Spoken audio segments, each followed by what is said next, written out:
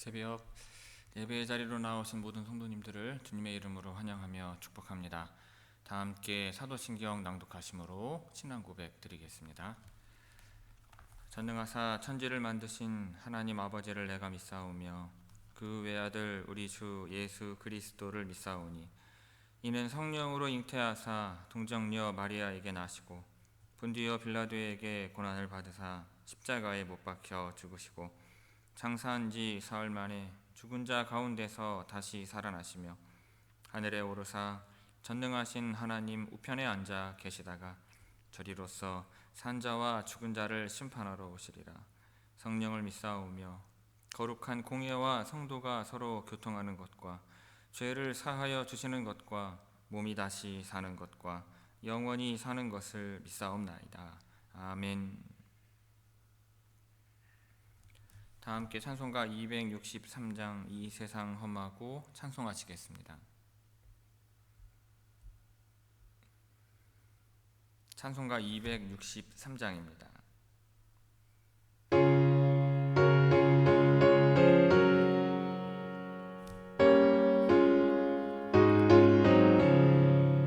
이 세상 험하고 나 비록 약하나 늘 귀로 힘쓰면 큰 권능 얻겠네.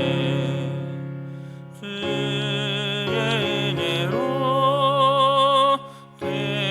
대속받아서 비와 같이 붉은 죄는 같이 이겠네. 주님의 권능은 한없이 크오니 돌 같은 내 마음 곧 녹여주소서. 주의 은혜로 대속받아서 비와 같이 붉은 죄는 같이 이겠네. 내 맘이 약하여 늘 넘어지오니 주 예수 힘주사 굳세게 하소서. 주의 은혜로 대속받아서 비와 같이 붉은 죄는 같이 이겠네. 제사함 받은 새 사람 되어서 주 앞에 서는 날 늘 찬송하겠네. 주의 은혜로 대속받아서 비와 같이 붉은 죄는 같이 이겠네.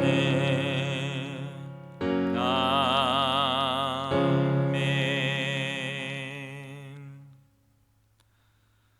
오늘 새벽 우리에게 주시는 하나님의 말씀은 구약성경 다니엘 5장 1절에서 12절까지의 말씀입니다. 다니엘 5장 1절에서 12절까지 제가 봉독하겠습니다. 벨사살 왕이 그의 귀족 1000명을 위하여 큰 잔치를 베풀고 그 1000명 앞에서 술을 마시니라. 벨사살이 술을 마실 때에 명하여 그의 부친 느부갓네살이 예루살렘 성전에서 탈취하여 온 금, 은 그릇을 가져오라고 명하였으니 이는 왕과 귀족들과 왕후들과 후궁들이 다 그곳으로 마시려 함이었더라. 이에 예루살렘 하나님의 전 성소 중에서 탈취하여 온 금 그릇을 가져오매 왕이 그 귀족들과 왕후들과 후궁들과 더불어 그곳으로 마시더라.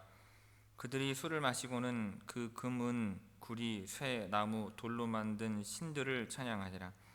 그때 사람의 손가락들이 나타나서 왕궁 촛대 맞은편 석회벽에 글자를 쓰는데 왕이 그 글자 쓰는 손가락을 본지라. 이에 왕의 즐기던 얼굴빛이 변하고 그 생각이 번민하여 넓적다리 마디가 녹는 듯하고 그 무릎이 서로 부딪힌지라. 왕이 크게 소리질러 술객과 갈대아 술사와 점쟁이를 불러오게 하고 바벨론의 지혜자들에게 말하되 누구를 막론하고 이 글자를 읽고 그 해석을 내게 보이면 자주색 옷을 입히고 금사슬을 그의 목에 걸어 주리니 그를 나라의 셋째 통치자로 삼으리라 하니라. 그때 왕의 지혜자가 다 들어왔으나 능히 그 글자를 읽지 못하며 그 해석을 왕께 알려주지 못하는지라. 그러므로 벨사살 왕이 크게 번민하여 그의 얼굴빛이 변하였고 귀족들도 다 놀라니라. 왕비가 왕과 그 귀족들의 말로 말미암아 잔치하는 궁에 들어왔더니 이에 말하여 이르되 왕이여 만수무강하옵소서. 왕의 생각을 번민하게 하지 말며 얼굴빛을 변할 것도 아니니이다. 왕의 나라에 거룩한 신들의 영이 있는 사람이 있으니 곧 왕의 부친 때에 있던 자로서 명철과 총명과 지혜가 신들의 지혜와 같은 자니이다. 왕의 부친 느부갓네살 왕이 그를 세워 박수와 술객과 갈대아 술사와 점쟁이의 어른을 삼으셨으니 왕이 벨드사살이라 이름하는 이 다니엘은 마음이 민첩하고 지식과 총명이 있어 능히 꿈을 해석하며 은밀한 말을 밝히며 의문을 풀 수 있었나이다. 이제 다니엘을 부르소서. 그리하시면 그가 그 해석을 알려드리리이다 하니라. 아멘. 이 새벽 말씀을 통해 주시는 은혜가 충만하게 임하기를 바랍니다. 자, 오늘 본문 말씀은 느부갓네살 왕이 죽은 후 약 25년 후 그의 아들인 벨사살이 왕이 되어 바벨론을 통치하던 마지막 때에 있었던 사건을 보여주고 있습니다. 벨사살 왕이 아버지인 느부갓네살이 예루살렘을 점령하고 가져왔던 성전의 기물들을 가지고 오라고 하여서 그 기물들로 술을 마시며 잔치를 벌일 때 일어난 사건입니다. 먼저 1절에서 4절은 벨사살 왕이 잔치를 벌이는 내용입니다. 벨사살 왕은 그의 귀족 1000명을 위해 큰 잔치를 베풀고 함께 술을 마셨는데 이 자리에는 귀족과 왕후와 후궁들이 모두 참석을 하였습니다. 그렇게 술에 취하고 흥이 오른 상태에서 벨사살은 갑자기 예루살렘 성전에서 탈취해 온 금, 은 그릇들을 가져오라고 명하는 것입니다. 그 잔을 가지고 술을 마시려는 목적이었습니다. 그렇게 성전에 그릇들을 가지고 술을 마신 후 그는 금, 은, 구리, 쇠, 나무, 돌로 만든 자신의 신들을 찬양하였습니다. 그런데 왜 벨사살이 갑자기 그것도 예루살렘에서 탈취한 성전 그릇들을 가지고 술을 마시려고 했을까요? 그날 밤에 벨사살 왕이 죽임을 당했다는 사실에 비추어 볼 때 그는 선왕인 느부갓네살에 비해 자신의 왕권이 취약하다는 사실을 알고 있었을 것입니다. 자, 3장에 보면 느부갓네살 왕은 자신이 죽은 후에 바벨론이 멸망할 것이라는 예언을 들은 후 금 신상을 만들어 정치적으로 종교적으로 통일성을 강화해 더 튼튼한 나라, 안정적인 나라로 만들려고 했습니다. 그럼에도 불구하고 바벨론 제국은 나날이 약해져 갔죠. 이에 벨사살 왕은 신하들을 달래면서 한편으로는 충성심을 유도하기 위해 귀족들 1000명을 초대해 잔치를 베풀고 자신들이 정복했던 나라의 신전에서 사용되던 그릇에 술을 담아 마시면서 자신의 능력을 과시하려고 했던 것입니다. 자신들이 정복한 나라의 신들을 깎아내리고 바벨론의 신들을 찬양하면서 종교적으로 일치를 또한 유도하기도 했던 것입니다. 이 느부갓네살 왕은 금 신상으로 자신이 세운 나라의 위엄을 드러내면서 교만한 왕이 되었는데 벨사살 왕은 자랑할 만한 업적이 없으니 이렇게 귀족들을 달래기 위해 잔치를 베풀고 정복한 민족의 신전 그릇을 사용했던 것입니다. 자, 1절에서 4절까지 우리 함께 읽도록 하겠습니다. 1절에서 4절입니다. 자, 벨사살 왕이 그의 귀족 1000명을 위하여 큰 잔치를 베풀고 그 1000명 앞에서 술을 마시니라. 벨사살이 술을 마실 때에 명하여 그의 부친 느부갓네살이 예루살렘 성전에서 탈취하여 온 금은 그릇을 가져오라고 명하였으니 이는 왕과 귀족들과 왕후들과 후궁들이 다 그곳으로 마시려 함이었더라. 이에 예루살렘 하나님의 전 성소 중에서 탈취하여 온 금그릇을 가져오매 왕이 그 귀족들과 왕후들과 후궁들과 더불어 그곳으로 마시더라. 그들이 술을 마시고는 그 금, 은, 구리, 쇠, 나무, 돌로 만든 신들을 찬양하니라. 아멘. 자, 이어서 5절에서 9절은 사람의 손가락들이 나타나 글씨를 쓰는 내용입니다. 자, 하나님께서는 벨사살의 모독적인 행동에 즉각적으로 반응을 하십니다. 사람의 손가락들이 나타나 왕궁 한쪽에 있는 석회 벽면에 글자를 쓰게 하신 것입니다. 사람들이 목격한 것은 벽에 쓰인 글씨뿐이지만 벨사살 왕은 글씨가 쓰여지는 과정을 목격을 했고 이것이 예사롭지 않은 신의 계시라고 생각을 했습니다. 이 팔이나 몸은 없이 사람의 손가락만 나타난 것은 신적인 권능에 의해 나타난 이적임을 분명히 말해줍니다. 그런데 본문에서 놀란 사람은 오직 벨사살 왕 한 사람뿐입니다. 모든 사람들이 써져 있는 글씨는 보았지만 손가락이 나타나서 글씨를 쓰는 과정은 벨사살 왕만이 보았기 때문입니다. 따라서 이 계시는 오직 벨사살 왕 한 사람만을 위한 계시임을 알 수가 있습니다. 자, 이렇게 손가락에 나타나 글자를 쓰는 광경을 보고 놀란 왕의 반응을 성경은 자세히 묘사하고 있습니다.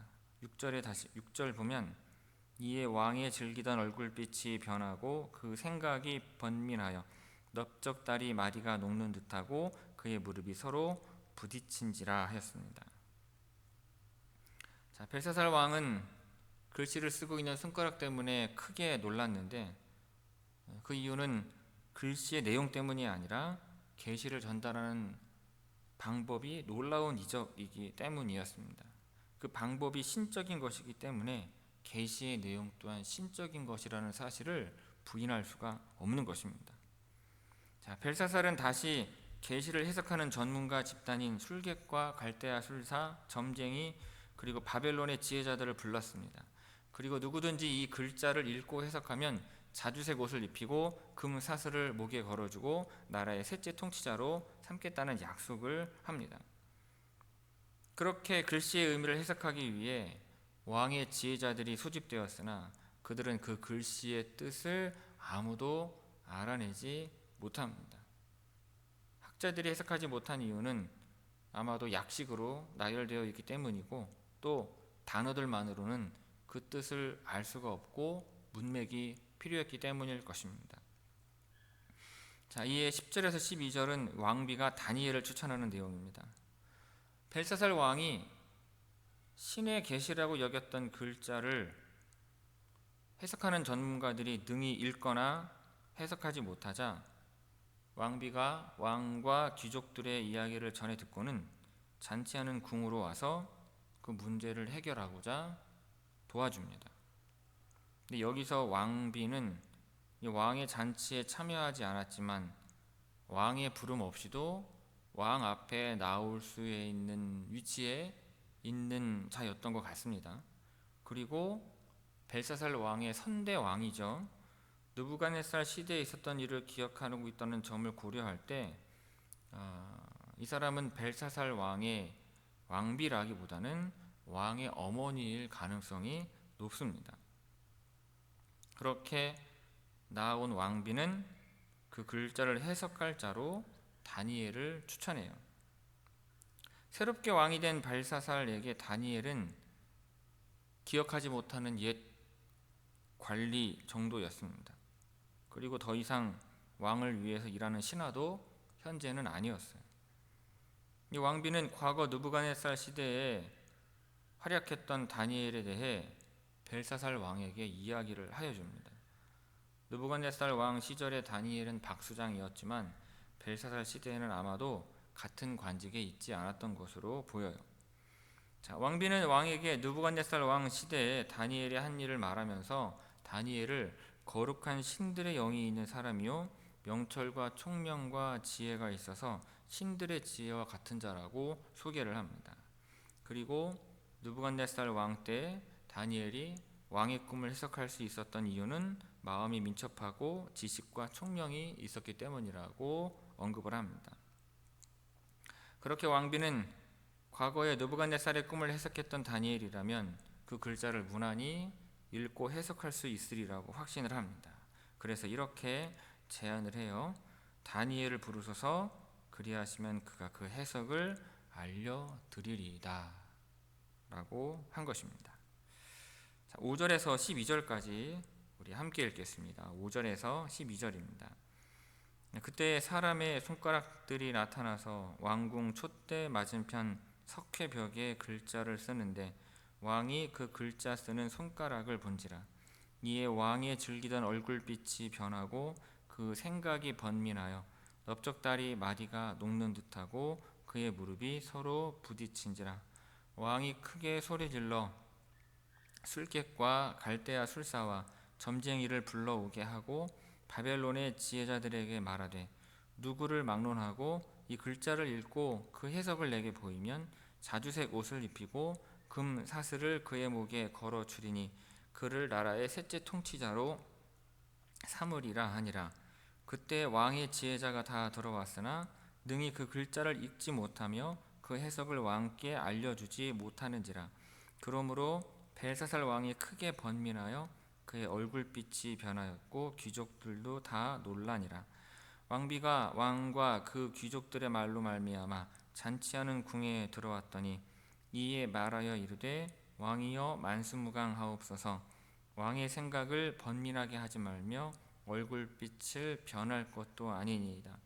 왕의 나라에 거룩한 신들의 영이 있는 사람이 있으니 곧 왕의 부친 때에 있던 자로서 명철과 총명과 지혜가 신들의 지혜와 같은 자니이다. 왕의 부친 느부갓네살 왕이 그를 세워 박수와 술객과 갈대아 술사와 점쟁이의 어른을 삼으셨으니 왕이 벨드사살이라 이름하는 이 다니엘은 마음이 민첩하고 지식과 총명이 있어 능히 꿈을 해석하며 은밀한 말을 밝히며 의문을 풀 수 있었나이다. 이제 다니엘을 부르소서, 그리하시면 그가 그 해석을 알려드리리이다 하니라. 아멘. 아멘. 자, 성도 여러분, 오만한 사람들은 자신들의 힘을 자랑하면서 잔치를 벌이고 잔치를 즐깁니다. 그런데 그 그늘에서 포로로 살아가는 백성들의 삶은 고달프기만 한 것입니다. 이 거대한 제국 안에서 하나님의 백성들은 보이지 않는 존재로 살아갔습니다. 하지만 하나님께서는 그러한 자들을 눈여겨보시며 희망을 그러한 백성들에게 두시는 것입니다. 벨사살 왕은 호화로운 잔치를 벌이다가 예루살렘 성전에서 약탈해온 그릇을 가져오라고 명하였습니다. 자신의 권세를 과시하고자 허세를 부린 것입니다. 그는 자기 자신의 위에 하나님이 계심을 알지 못했습니다. 그리고 그렇게 그의 무지와 그의 교만은 결국에는 죽음을 부르게 됩니다. 하나님께서는 교만한 자를 결코 용납하지 않으시기 때문입니다. 그렇게 잔치가 무르익을 때 손가락이 나타나 벽에 글자를 쓰기 시작을 했습니다. 기겁한 왕은 흑빛으로 변하여 지혜자를 찾았지만 그 누구도 그것을 해석하지 못하였습니다. 그러자 더욱 초조해졌죠. 이처럼 하나님께서는 스스로 살아계심과 영광을 드러내실 수 있으신 분이십니다. 그리고 그 하나님의 손길을 보고 읽을 수 있는 자가 바로 생명의 길을 밝히며 갈 수 있는 자인 것입니다. 그렇게 어찌할 줄을 모르는 왕에게 왕비가 다니엘을 추천하는 내용으로 오늘 본문은 끝을 맺습니다. 성도 여러분, 아무리 세상이 주님을 믿는 사람들을 무시하고 평가절하해도 이 세상의 소망은 하나님의 영으로 사는 백성에게 있는 법입니다. 하나님께서는 이 땅의 희망을 세상 영에 사로잡힌 정치인이나 경제인에게 두지 않으십니다. 오직 하나님의 영에 감동되어서 진리로 사는 이들에게 이 세상의 소망을 두신다는 사실을 여러분 믿으시기를 바랍니다. 그러므로 각자의 삶의 자리에서 하나님의 영에 붙들려 사는 여러분들이 다 되시기를 바랍니다. 그러면 다니엘처럼 여러분의 가정과 이 사회의 소망이 되어서 하나님을 드러내며 살아가는 여러분이 다 되실 줄로 믿습니다. 기도하겠습니다. 아버지 하나님, 세상 권세자들은 자신의 권세를 드러내기 위해 잔치를 벌이며 흥청망청 먹고 마시며 살아갑니다. 주님, 그러나 하나님을 믿는 백성들은 이 세상 가운데에서 드러나지 않는 존재로, 이름 없는 존재로 살아가지만 하나님께서는 그처럼 이름도 없이 빛도 없이 살아가는 하나님의 백성들을 눈여겨보셔서 그들을 통하여 이 세상에 소망을 두시는 줄을 믿습니다. 주님, 하나님의 백성들이 이 땅 가운데에서 이름도 없이 빛도 없이 살아가나 하나님께서 주를 믿는 백성들을 귀하게 여겨주시고 긍휼히 여겨주셔서 이 세상의 소망 삼으심으로 말미암아 결국에는 주님을 믿는 백성들이 이 사회를 구원하는 주의 일꾼들이요, 이 사회에 주역들이 되게 하셔서 하나님 예수 그리스도 이름을 이 땅 가운데 복되게 전하고 영광되이 드러낼 수 있는 주의 성도들로 삼아 주옵소서. 그리하여 주를 믿고 살아가는 주의 백성들이 세상 가운데에서 부끄러움 당하지 않게 하옵시고 오직 바른 길 가는 백성들이요, 세상 사람들로부터 존경과 인정을 받으며 살아가는 하나님의 백성들 다 되게 하여 주옵소서. 오늘도 이름 없이 살아가는 수많은 그리스도인들 가운데 하나님 함께 하셔서 이 세상의 소망을 그들 가운데 두심으로 말미암아 그처럼 이름 없이 예수 그리스도를 믿으며 살아가는 주의 모든 성도들을 통하여 이 세상의 빛이 되게 하시고 소금이 되게 하시고 소망의 길을 밝히는 주의 모든 성도들 되게 하여 주옵소서. 감사와 찬양과 영광을 아버지 하나님께 올려드리오며 이 모든 말씀 예수님의 이름으로 기도하옵나이다. 아멘. 하늘에 계신 우리 아버지여, 이름이 거룩히 여김을 받으시오며 나라가 임하시오며 뜻이 하늘에서 이루어진 것 같이 땅에서도 이루어지이다. 오늘 우리에게 일용할 양식을 주시옵고 우리가 우리에게 죄지은 자를 사하여 준 것 같이 우리 죄를 사하여 주시옵고 우리를 시험에 들게 하지 마시옵고 다만 악에서 구하시옵소서. 나라와 권세와 영광이 아버지께 영원히 있사옵나이다. 아멘.